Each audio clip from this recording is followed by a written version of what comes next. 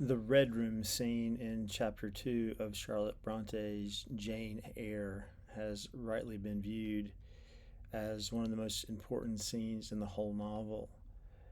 The scene serves as a microcosm of many of the conflicts in Jane's character throughout the narrative. And indeed, the scene also foreshadows uh, similar incidents as Jane matures in the course of the story. The primary thrust of the Red Room scene is feminist. This has become something of a commonplace, rightfully so, in Charlotte Bronte criticism over the past, I don't know, 40 years or so. The famous book by Sandra Gilbert and Susan Gubar called Mad Woman in the Attic um, argues that there are striking parallels between Jane Eyre in the novel and Bertha Mason Rochester, who we will find out later is the wife of Rochester, who has gone insane and is confined in the attic of Thornfeld Hall. As I will describe at the end of this brief lecture, this striking parallel is highly revelatory of not only Jane's character, but again, of the feminist currents in the novel. Gilbert and Gubar's reading is really an essential way of entering into the novel, not only into the character and feminist theme, but also into the primary Gothic element of the book, which is the theme of doubling. So here is what happens. Jane, little Jane, 10 years old, I believe, is living with her aunt, Aunt Reed, who has two children who are unruly, spoiled, and who treat Jane horribly, as does Aunt Reed herself.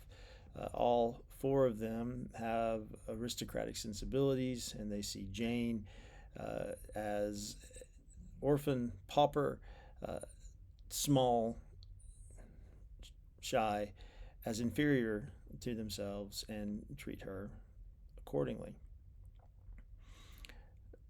One afternoon, it's too wet to go outside, so Jane does her favorite thing. She finds a book and retires to a window seat and pulls a curtain between her and those in the room. So she's very snug, window on one side, curtain on the other, and she's reading a book about birds and focuses in particular on a scene of birds in the Arctic, in icy regions of the Arctic. The eldest of the Reed children, John, the only male and the heir apparent, discovers that Jane is reading his book, as he calls it. He says, I own everything in this house. It's all mine. You cannot do anything unless I let you do it. He takes the book away from her, and then he throws it at her, hits her in the head, and cuts her. She's bleeding. Even though she's tiny, even though she lacks his social status, Jane flies at him in a rage. She's referred to as a mad cat. She she attacks him in a fury. Uh, the two younger children, girls, call for Mom, Aunt Reed, who comes and immediately says that Jane is to be punished severely for mistreating her son, even though, of course, she is totally the victim in this situation. John violently attacked her, and she is simply retaliating, one might even say defending herself. But given her status in the family, she is not taken seriously, and she is confined for her punishment in the so-called Red Room. Now, what is this Red Room? This is a room that is seldom used in the house, Gateshead Hall. It is the room where Mr. Reed, Jane's uncle, died some years ago. It is covered in red. The curtains are crimson, the carpet red, the walls have a kind of pinkish red hue. The wood is mahogany, a kind of reddish. Uh, there are white colors too. There's a white ottoman, but mostly it is a crimson colored room suggesting blood, violence, suggesting passion, eros, erotic energy. And here, poor young Jane, 10 years old, is confined. She's locked in the room, even though she screams in terror against this confinement.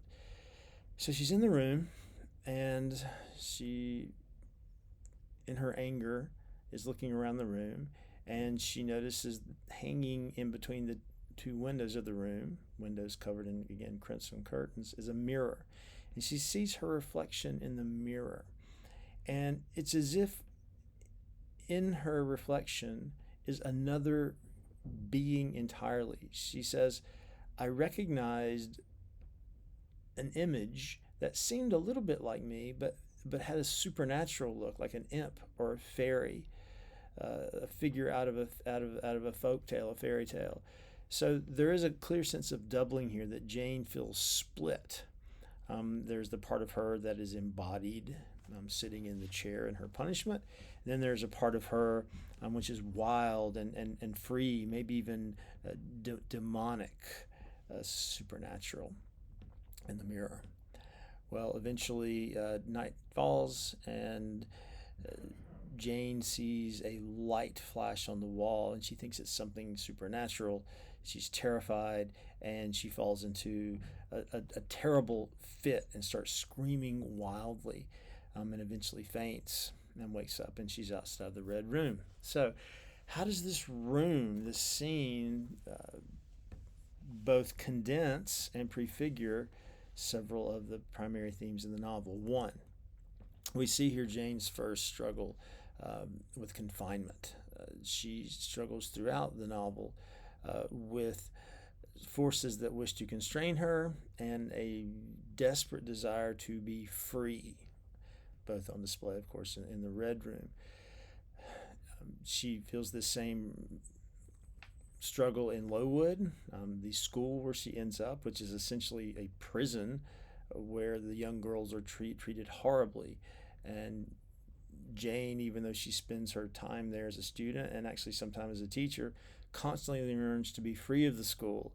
And it is that yearning which ultimately leads her to advertise as a governess and end up in Thornfield Hall. Even there, Thornfield Hall, even though her opportunity has improved, she's governess for Adele, lives in a grand house. Of course, eventually will fall in love with Rochester. Even there, she stands on the battlements, the very top of the manor, and looks out over the fields and wishes that she could be free, wishes she could be wild out in the natural world.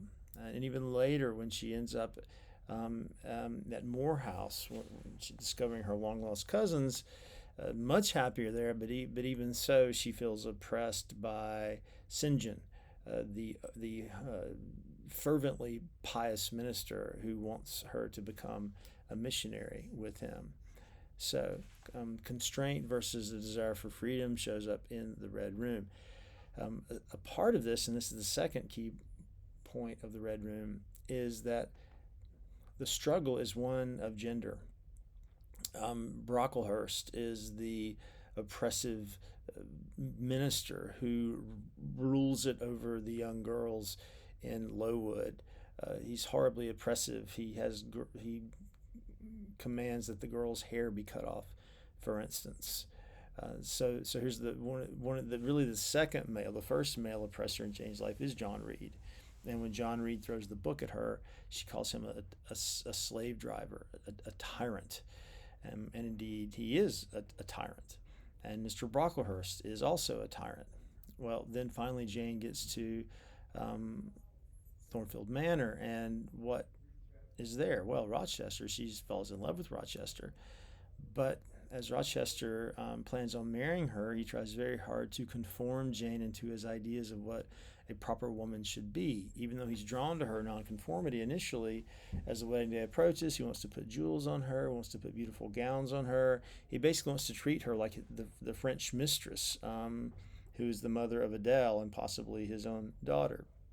So Jane must flee his patriarchal desires. And again, when she reaches Morehouse, she has to struggle against the patriarchal slash desires of St. John, even though St. John is evangelical, in contrast to Rochester's more sensual agenda. Both men try to fit her into prefabricated patterns that take away her autonomy, take away her individuality.